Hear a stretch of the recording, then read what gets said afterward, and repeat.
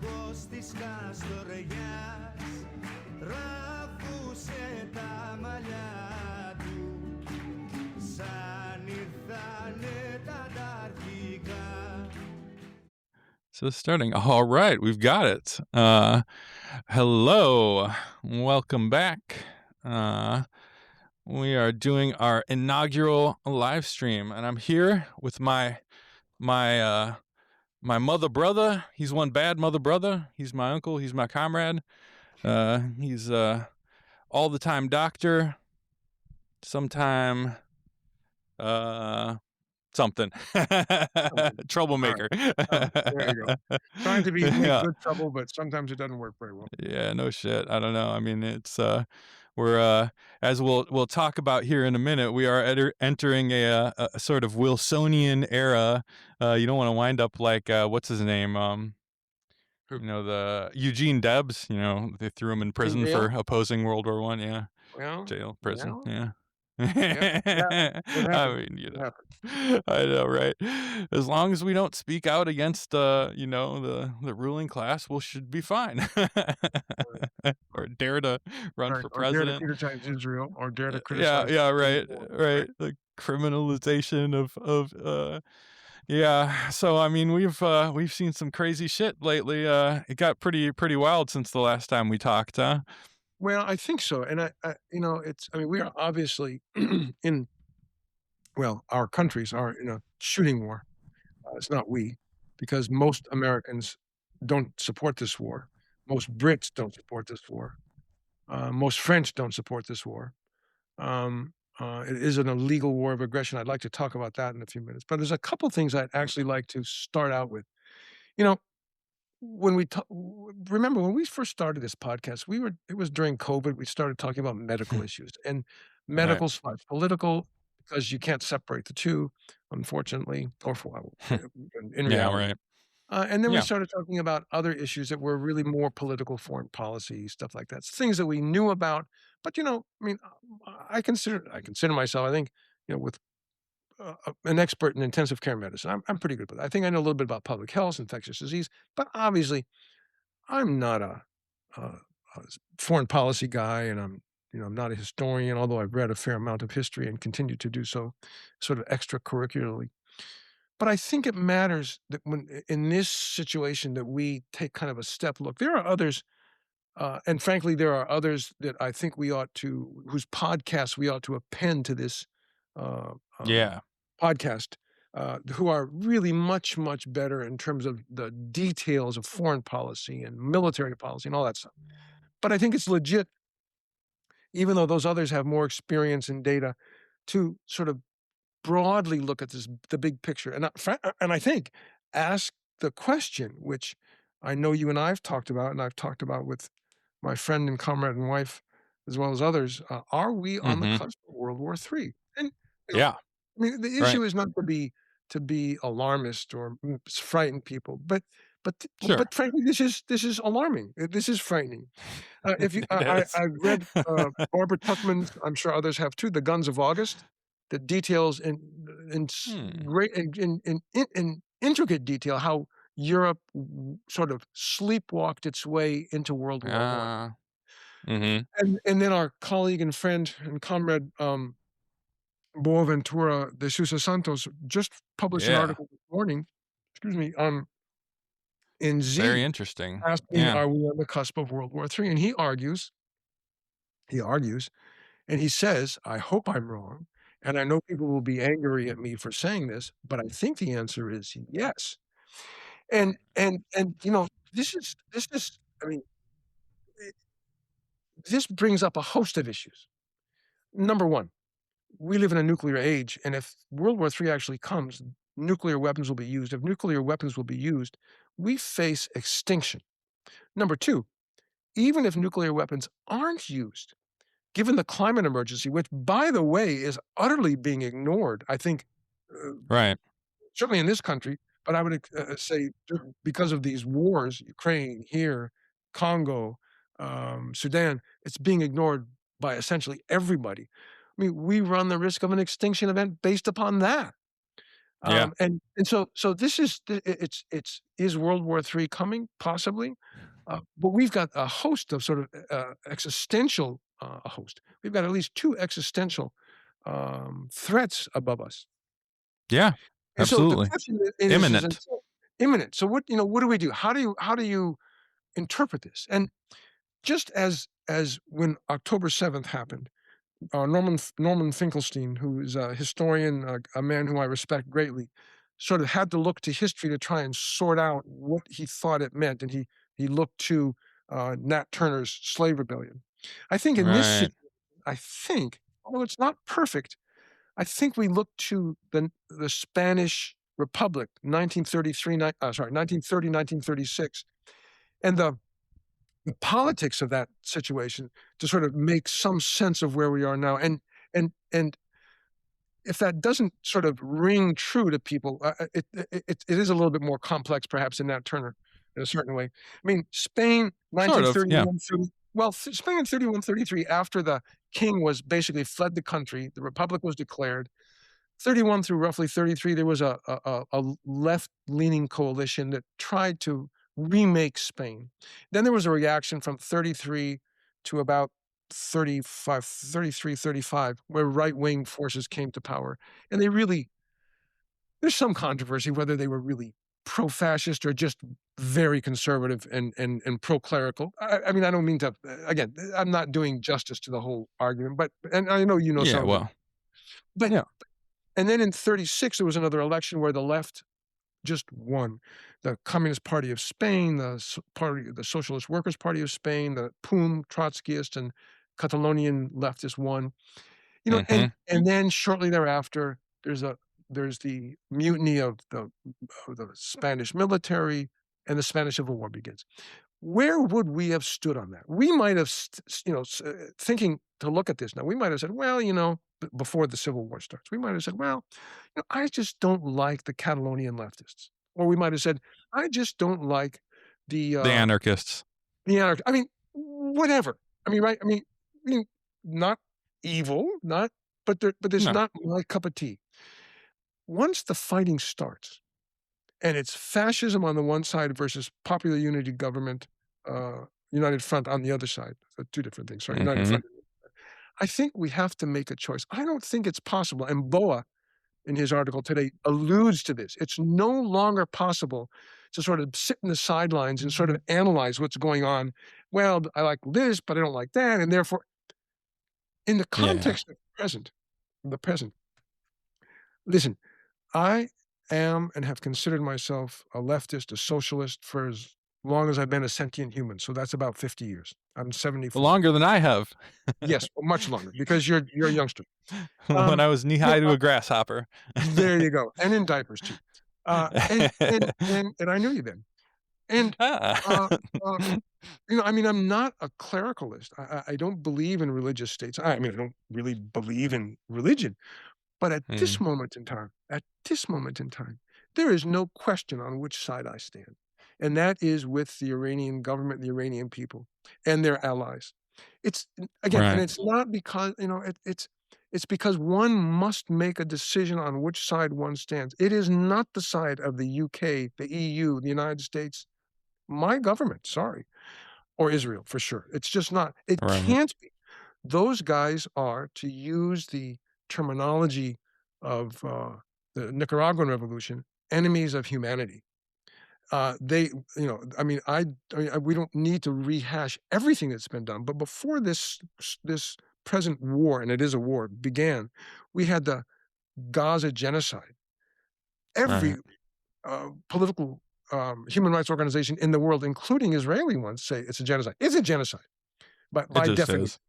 I mean, Right. we had Israel bombing Syria and Lebanon and Gaza over and over and over. We had the United States back in January, I believe it was. Am I right? The 12-day war, negotiating with the Iranians about their nuclear program, which is, I mean, Iran is a signatory to the Non-Proliferation Treaty. They have said Right. they will Unlike not, Israel.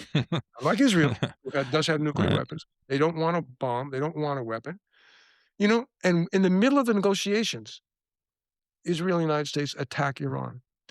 Right. After 12 days, the Israelis need a ceasefire because they're getting pummeled.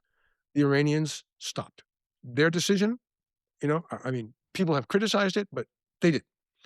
And the Iranians began to negotiate with the United States again, until Right. during negotiations, when the Omani intermediary said that the conditions that the U.S. wanted for the nuclear weapon, nuclear enrichment, not weaponry, they don't have nuclear weapons, Right. had been met, U.S. and Israel attacked them again. Anyway, right. Another sneak Yeah. attack. And so the question, so there's several questions that come to mind, or issues I think need to be addressed. And I should have said this at the beginning, when I talked with my friend and wife and comrade this morning about that we were going to do this. She said, make sure you Mhm. comment on the lives of humans.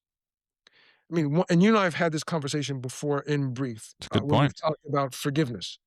As long as we're alive, any mistakes we've made, we can seek forgiveness. Every human life, Israeli, children, men, women, even soldiers, has value. No question, Iranian, men, women, children, Palestinian. I mean, I just want to make sure this is the good guy, bad guy thing kind of works in this situation, because I think, frankly, the United States and Israel are clearly on the bad side here. But individuals, even people you and I would disagree with vehemently, as long as they're alive, they can change. And I think that matters, and it needs to be said now at the opening of this. And I want to say it again when we're done. It matters. And again, and it's not to be mushy anything, but it's to say, all we have is one another. And when we're political enemies, I mean, we can figure things out if we're still alive. Anyway, Well, I I just want to mean, speaking of earlier world wars or whatever, that's it's an interesting contrast to look at the approach of the Soviet forces as they drove towards Berlin, and that was a much more organized and approach to it than the Americans had, who were just kind of being destructive and looting and stuff. But the line from the heads of the Soviet military was, we're liberating these people, and I think that's informative. I mean, hopefully we don't get to another like catastrophic world war just like that, but it is, I mean, as much as it's comforting to think of people in terms of existential evil. Well, first off, not everybody's like that. Okay, yeah, I mean, just like Nazi Germany, Israel is like Nazified, and a lot of their population is fully psychotic. But stopping them is liberating them. You know what I mean? Sorry, let me they're prisoners. Go ahead. I'm sorry, because it's not just a matter of making the assertion that the last poll that I saw showed that it was the I think I can't remember the name of the poll, Israel Democratic poll. I can't quite remember. 87% of Israelis polled said ethnically cleanse Gaza, and 47% said kill everybody there. So this is a big deal. I mean, those guys have been, I mean, literally, I think, brainwashed. Right. Nonetheless, and forgive me if I didn't mean to interrupt. No. I'm really glad you said it. You're absolutely right. But I think even that group can be salvaged, can be saved, can become human again. And on all sides of this, there are elements like that. And so I want us to make that statement at the beginning. And good point. I think it does matter. So where we sort of talked briefly about where we would fall were this 1933-36, and where I think, at least I think I fall today. It makes me slightly uncomfortable. Not from a political standpoint, but I mean, I know exactly what you mean. Well, I mean, my father was on the USS Yorktown during World War II. My mother was a Coast Guardswoman. My son, our son, my wife's and I's son is a former Marine. I mean, My it's cousin. yes. I mean, this is it is a challenge, but politically, it's as clear as it can possibly be. And and so what's happened again before the start of this war? Gaza, the West Bank, Syria, Lebanon, and Iran all attacked. Yet somehow Right. Israel was the victim, and now the U.S. and Yeah. Israel are once again attacking Iran. And what were the first? And again, remember, this is not this is in that sense, this is not World War I, where you've got artillery units that with no GPS or nothing fancy. Sure. The first people attacked, the first people killed, I think it's now 140 children. Children. Right. I don't know, It's 153 at the is it last now count that I 153? saw. Yeah. So this is again, it brings up the issue Yeah. genocide versus war Right. in Yeah. That Ukraine. what my uncle is talking about is the kind of in the opening salvo of the surprise attack by Israel and the U.S. On Iran. They bombed a school, a girls' school, Real and school. just killed a bunch of children, and also a bunch of hospitals. So I mean, this shouldn't be a Those have surprising been MO. bombed. Please continue. Sorry. No, Yeah. not. It's not. I mean, again, just to sort of Right. to make the sort of discrimination. Ukraine, it's a war. The number of child casualties is, if I don't have the citation at the tip of my fingers, but it's something like 0.15 or 0.2% children killed in that war. Right. In Gaza, it's 38 to 40%. This is purposeful in Gaza. Yes. However one feels about Ukraine and Russia and everything leading up to it, that's a slightly separate issue.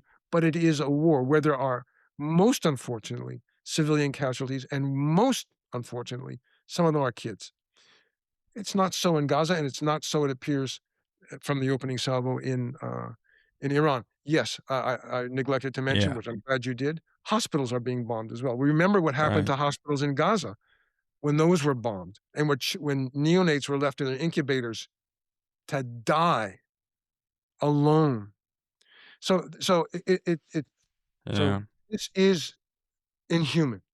And I mean, the only way I can conceive of this, the only way this makes any sense, it doesn't make any sense, but the only way I can use the sense, wrap my head around this is that the Israeli military and society views Iranians just like they view Palestinians as something less than human, and that's the only way they can behave. Absolutely. So since the opening salvos, Iran has taken a number of actions, some of which have been criticized. They've bombed Kuwait and Bahrain and the UAE and Qatar, but they haven't just bombed. What they have done is they've bombed American bases there. And before all this started, the foreign ministry and Professor Mohammed Morandi, professor of comparative literature at University of Tehran, Oh, said, is he a complete guy? I didn't realize that. I think he's a complete. I think he's a complete guy. My mother is or was a complete She was a professor. chairwoman. That's why we kind of. You may even know. Yeah. I don't know. But this, they said, this is what will happen if you've got bases and those bases are used to attack us. Sorry. So either ask the Americans to leave, or if this actually happens, we're going to hit those bases, and they've hit those bases. Right. According to the military department, I don't know which department, the military spokesperson in Iran, the USS Abe Lincoln was hit by 4 missiles. The US has denied that. And there's 560 US troops already killed. I don't know. I have no way to verify that. But I think that, but again, not to get into those details, I think the thing that I want us to focus on, if we could, in the next 20 minutes, is what actually is this? I mean, yes, it could be a prelude to World War III. This is a disaster. But what actually is this? And so what I did this morning, this appears to me to be an illegal war of aggression, just like the Iraq War, actually, just like the Vietnam War, an illegal Korean war of aggression. So I went through and I said, well, the only way to make sense of that is if I sort of know what the UN Charter says, because that's what's supposed to guide all of us. So I went back and read the UN Charter from 26 June 1945 that was approved in San Francisco, California. A little light reading. A little light reading. Actually, it's quite good. But there's a couple things I want to just mention about this, and this will get a little, hope not tendentious, but a little long. The preamble is, and this can be found in, I included this in the email I sent to you that we can append to this talk. The preamble is basically anti-war, pro-equality, and respect for law. They say in the preamble, we the people of the UN have determined to save succeeding generations from the scourge of war, which twice in our lifetime has brought untold sorrow to mankind. To reaffirm our faith in the equal rights of men and women and nations, large and small, and to establish conditions under which justice and respect for the obligations arising from treaties and other sources of international law can be maintained, we bring this document forward. We bring the UN forward. And then as for the ends, and these are anti-aggressive ends, the ends of to ensure that the acceptance of the principles and institutions of methods that armed force shall not be used save in the common interest. So the opening words recognize the scourge of two major wars in the 20th century, the beginning of the 20th century, and the untold sorrow, the untold horror that those wars brought onto us. We need to do something differently. And then purposes and principles. Chapter 1, this is divided into multiple chapters. Article 1, that the purpose of the UN is to maintain international peace and security, take collective measures for prevention and removal of threats to peace, the suppression of acts of aggression, and in conformity with the principles of justice and international law, just settlements of international disputes or situations which might lead to the breach of the peace. Again, if there's a problem, we have to be able to solve it. That's Article 1.1. Article 2.4, this is quite important, all members shall refrain in their international relations from the threat or use of force against any state or in any other manner that's inconsistent with the purposes of the United Nations.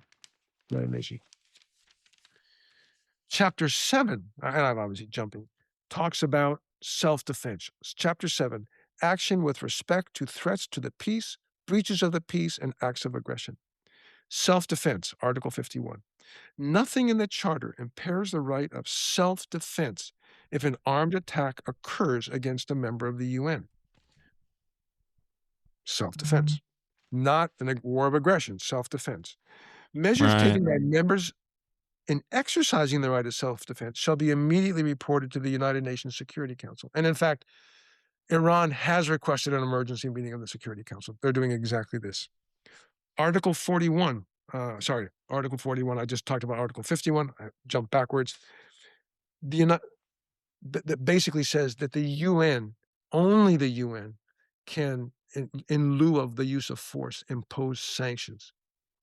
The reason I wanted to just touch on that, it may not seem pertinent to what we're talking about now precisely, but given the literally economic war being waged against Iran before this war starts, and the economic war being waged against Cuba, it's important to mention that the United Nations Charter does talk about coercive measures short of war, including sanctions, but those can only be imposed legally by the UN, not unilaterally by member nations, which is what the United States has done in Cuba and Iran and so forth and so on.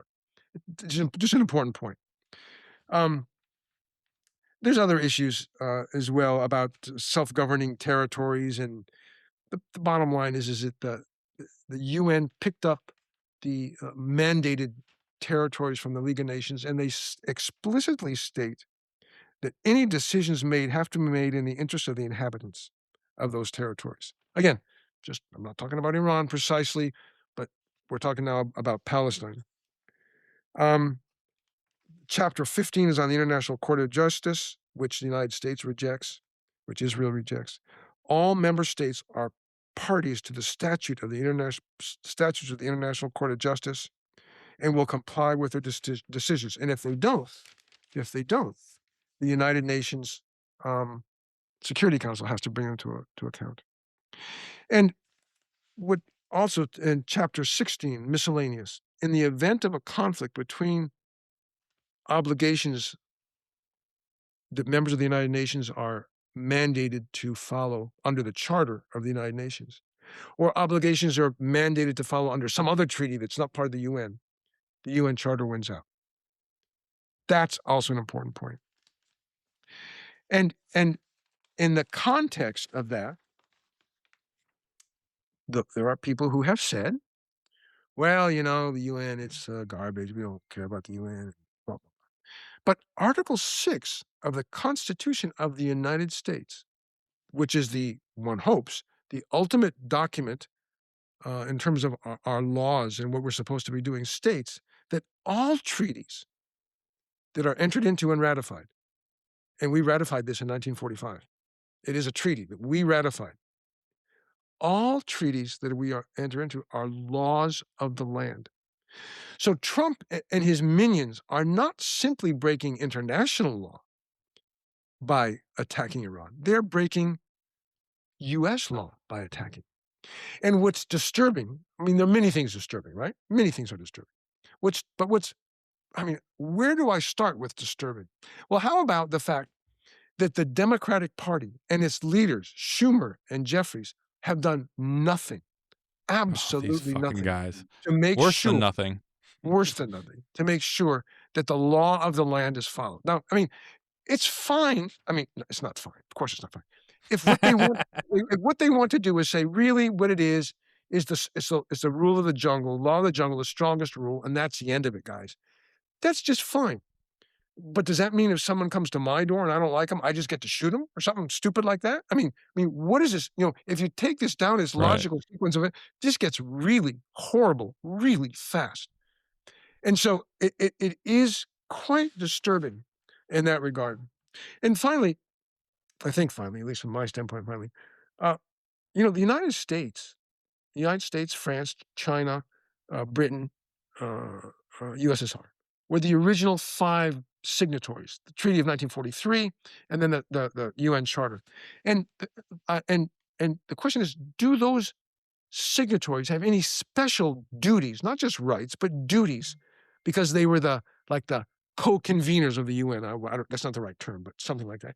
And it turns out, I looked this up too, that they do. Their key responsibilities are to maintain peace and security through collective, not unilateral action, to refrain from the use of force or threats of the use of force, to fulfill obligations to the UN, including paying for the UN, to promote human rights, and to support UN actions.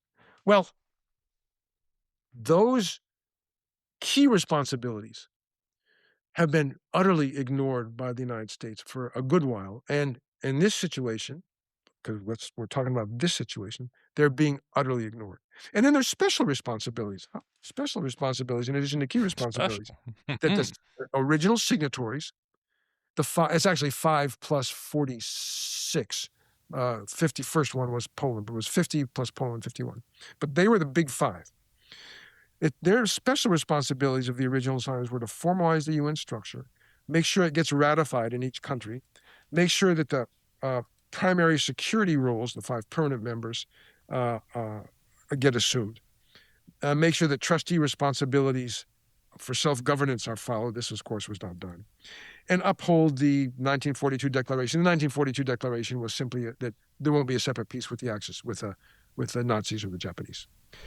So we are in a situation today where, although it's a little hard to get the information, certainly if you listen to CNN, MS Now, or whatever it's called, CBS, or any of the other sort of standard press, including the New York Times, Washington Post, it's hard to know what's going on.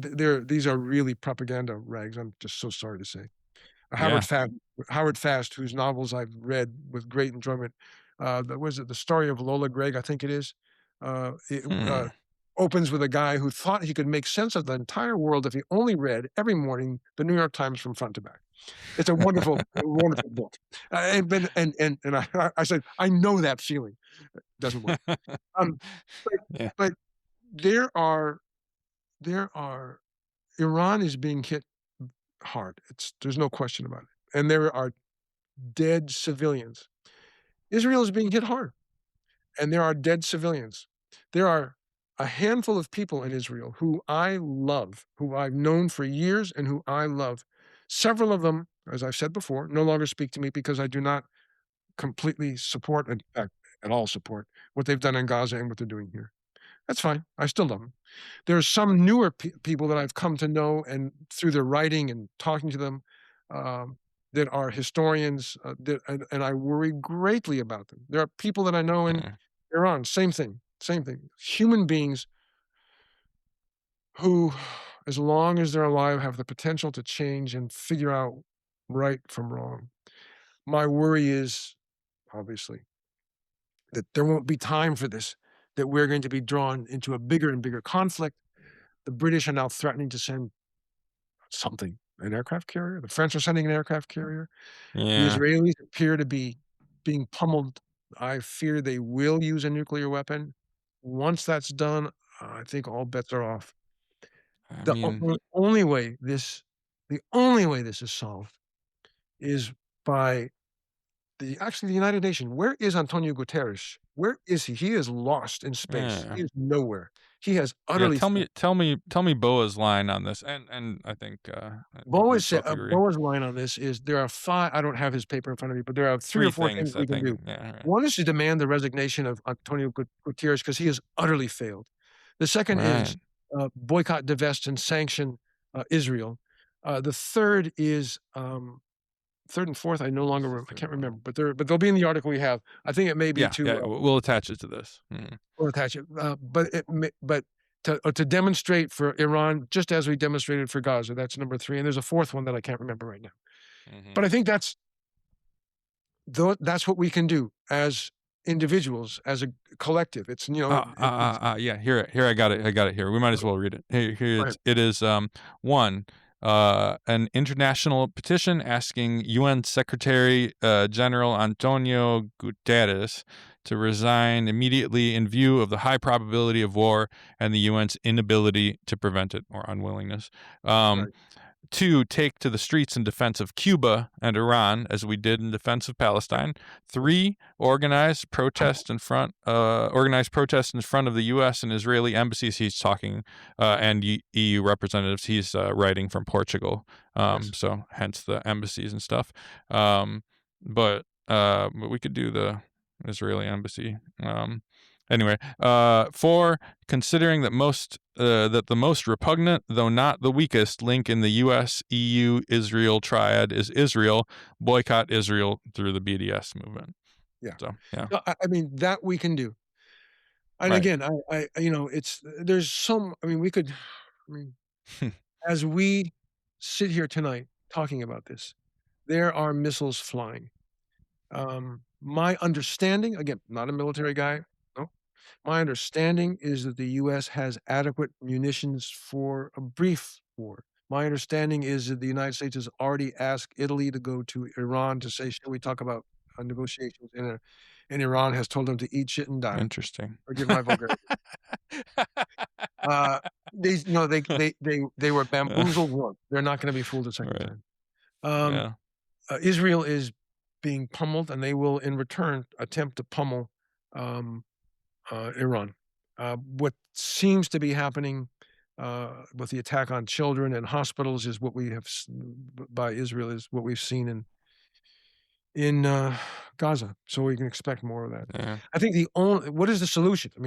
There is a solution. It's a political solution. Yeah. We've talked about this over and over and over. It was the solution of the Palestine Communist Party in 1947, made up, or 40, I think 47, 46, made up of both Jewish Palestinians and and Palestinian Arabs, which was a secular democratic state. There were people within the State Department of the United States who thought that was the best option. Zionism wouldn't hear of it. So the only solution, I think, is 2 people on one land, a democratic, secular state with equal rights for all.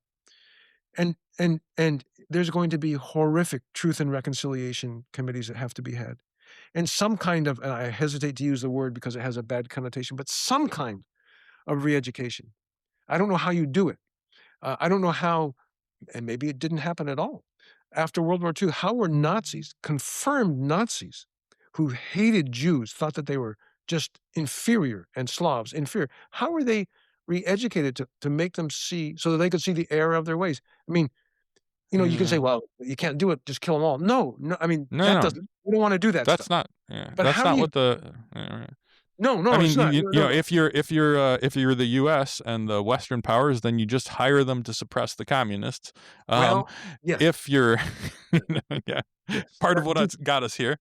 Yeah, part of what's got us here. But And, so again, the yeah. term re-education, it's left a bad taste in many people's mouth. I don't know a better word exactly, but something, not humiliation. De-radicalization. I don't know. I mean, Something. there's But it's yeah, no, I mean, I think there's two parts to it. One is there's the whole line, no justice, no peace, or whatever. You can't have peace without justice. So I think part of it was after, I really like the Soviet approach, actually. After they've liberated the camps and stuff, they hold fair trials in front of the victims, of the people that as the jury. The former concentration camp inmates were the jury, and they let some people off, some kind guards and stuff like that. There's but so then there's the period of justice, and then afterwards there is, I mean, what looks like is often held up as, oh, this horrible oppressive authoritarian approach of the East German Republic. And that is, there's, like you said, it's re-education. You have to denazify. You can't just, they're not just going to settle down and stop being Nazis. But for the vast majority of people, although of course there was a lot of people that were just kind of going along to get along. There's always that. And there's some people that were partisans and happy to be liberated, but so there is a way. In other words, my point is, when we talk about the day after, even if we're at the day before, or maybe we're the day of, who knows? I think we're the day of now. Maybe the day of now. Yeah. It's that, I think that is, I mean, you get justice, and then you have to ideologically re-educate people. And that's the capitalist world will call it, thought policing or something. But the fact is, they had liberated Germany that was full of Nazis, and that takes some undoing. Did they do it perfectly? Probably not. And it's impossible to do things, especially for the first time, perfectly. So whatever. But that's why this whole mystery. Right. But that's how, I mean, but in some sense, in some way, that's the vision, at least that I have, of how we make this work. Because I mean, there's just so much to be said. I mean, about all this. Yeah. Where I mean, for all the faults that Iran has, it stood beside the Palestinian people and stands beside the Palestinian people. That matters. That matters. The Yemenis as well. That matters. I mean, the Hezbollah, which is not a country, it's just a political party, it has significant power in Lebanon, but that matters. And all this talk about who's a terrorist and these are, terrorism is the utilization of force to get your way politically. Well, if that's the case, Israel is the biggest terrorist on earth, and the United States of America, my country, your country, is the biggest supporter of state terrorism on earth. I mean, and Martin Luther King actually said that about 50 years ago, if I'm not mistaken, as did Malcolm X, and they were both right. Yes. So, anyhow, we can. I'm unfortunately have to. We got to get you out of here. Thank you so much for hopping on with me and doing our little test run. It's it seems like everything worked. We'll see. I don't know. So are we but we have been live. We've been live the whole time. Live the whole time. 10 million people. Hopefully, probably, maybe. Either way, it is recording. Either 10 or 10 million. One of the two. A dozen of people. Right. No, it's good. I'm glad. We make sure that the podcast part of this, with the music in the middle, in the front, the middle, and the end, right? Yep. Greek Partisan, El Pueblo Unido, and Bella Ciao. Can Okay. we get that this is as fast as we can out? Because Yes. again, there's a time. I mean, this is all timely stuff. I mean, this Sure. I know you're doing the yeoman's work on it. It's not me. All I do is sit here and talk. But thanks, man, for doing it. But we need to get it out. No. Yeah, absolutely. Absolutely. And the other thing I'll do is I'll throw those links that Yeah. the Boa's awesome article, the charter, and we had some whatever. We've got a few things. Podcast that So we read the talked show about. notes. Yeah, the Mm. podcast that we have. Right. These are. I mean, and just for people who are listening, I mean, you look at that list of podcasts we include, and you go, "Holy sweet Jesus! How did these guys? They call themselves leftists, but they're listening to Judge Napolitano." I mean, there are things where we would disagree with the good judge on, but you know what? Yeah. On the issues of justice, Palestine, this war, Israel, he is right on the money. And Yeah. so all those guys, and the guests that he has on, and on the other podcasts as well, these are experts. They've got more fine detail. Jeff Sachs is on a bunch of them. I mean, Jeff Sachs is Yeah. just an interesting and amazingly thoughtful guy. There's a bunch of them. Yeah. Scott Ritter, There's some good stuff. Yeah. yeah, Give it. I mean, I'd say just give it a listen because, frankly, I don't know. It's good for the mind to well, and look, as Mao, I mean, these are people who approach things at least with a modicum of common sense. We might not agree about absolutely everything, just like I don't agree with. I'll stop myself there. I don't agree with a lot of, you know, there's many groups, Yeah. and some of them we can say that we, be perfectly candid about, and others we can't. But the fact of the matter is, your Tucker Carlsons, for example, on this sort of issue are there may be a lot of things that we disagree with, but this is like.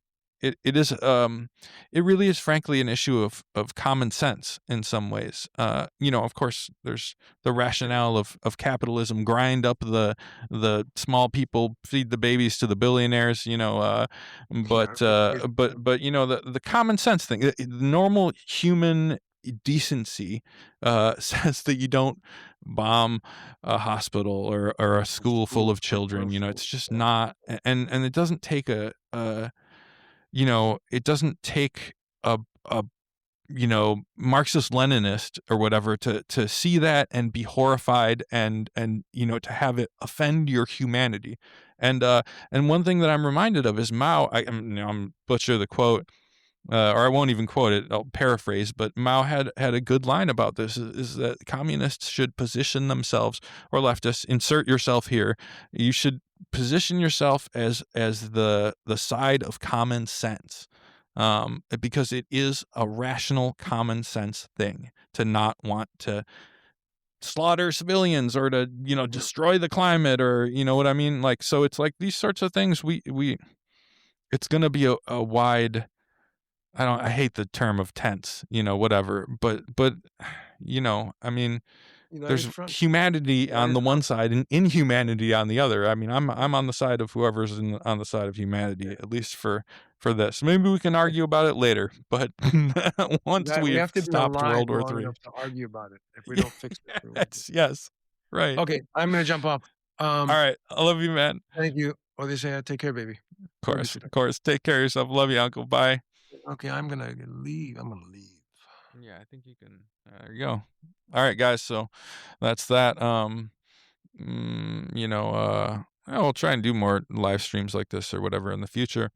It's kind of short notice. We just kind of wanted to test it out and jump on, stuff. So I hope you guys enjoy this. Whoever's listening to it later, and thank you for listening. Hang in there. It is crazy making this situation and kind of where we found ourselves. I think there's a lot of parallels to the last two world wars. Trump is very, very much like Woodrow Wilson, and then you've got this other, which reminds us of World War I, and this world planet hurtling towards insanity. and monstrous inhumanity. And then you got your World War II portion, which is truly like, I'm reminded of how the Soviets had to kind of, I mean, you look at China, right? Like, and I think for a lot of us, China and Russia, we see them and we're like, do something, just step in. They're going to come for you next. Don't be split off piecemeal. But the fact of the matter is, I mean, like, for example, during World War II, the Soviets knew that they were not in a position yet to confront the confrontation, the Nazis, the confrontation that was like coming, that was right around the corner. And so they, pulled back and tried to rapidly industrialize and build up capacity, for that confrontation. And I think that you have to look at, the actions of China, who has always been very supportive of Palestine. I mean, going right back to the beginning, with Mao. I mean, the beginning of the communist period. Very forcefully advocating for Palestinian humanity. And anyway, so you kind of like that decision with the whatever the approving this board of peace, or abstaining from the vote for this nonsense board of peace. By the way, alternate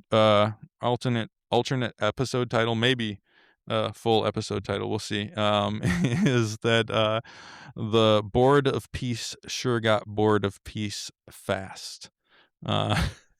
So yeah, anyway, whatever. Parallels abound. But like our friend Boa says,